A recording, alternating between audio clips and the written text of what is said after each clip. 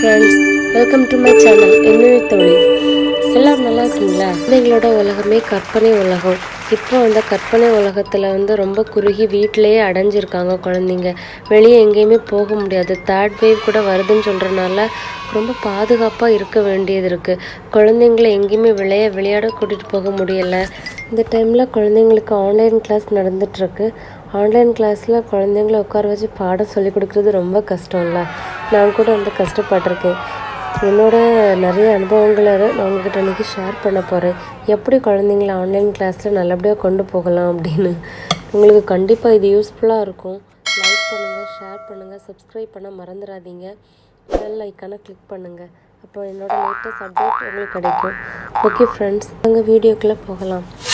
முதல்ல குழந்தைக்கு online class தொடங்குதுன்னா குழந்தைங்கள 2 hours முன்னாடியே காலையில் எழும்ப வச்சுருங்க.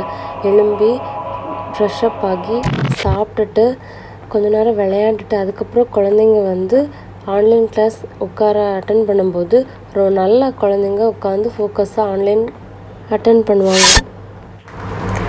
செய்தொழிலும் கைப்பழக்கம், செந்தமிழும் நாப்பழக்கம். இந்த பழமொழி எல்லாருக்கும் நல்லா தெரியும்.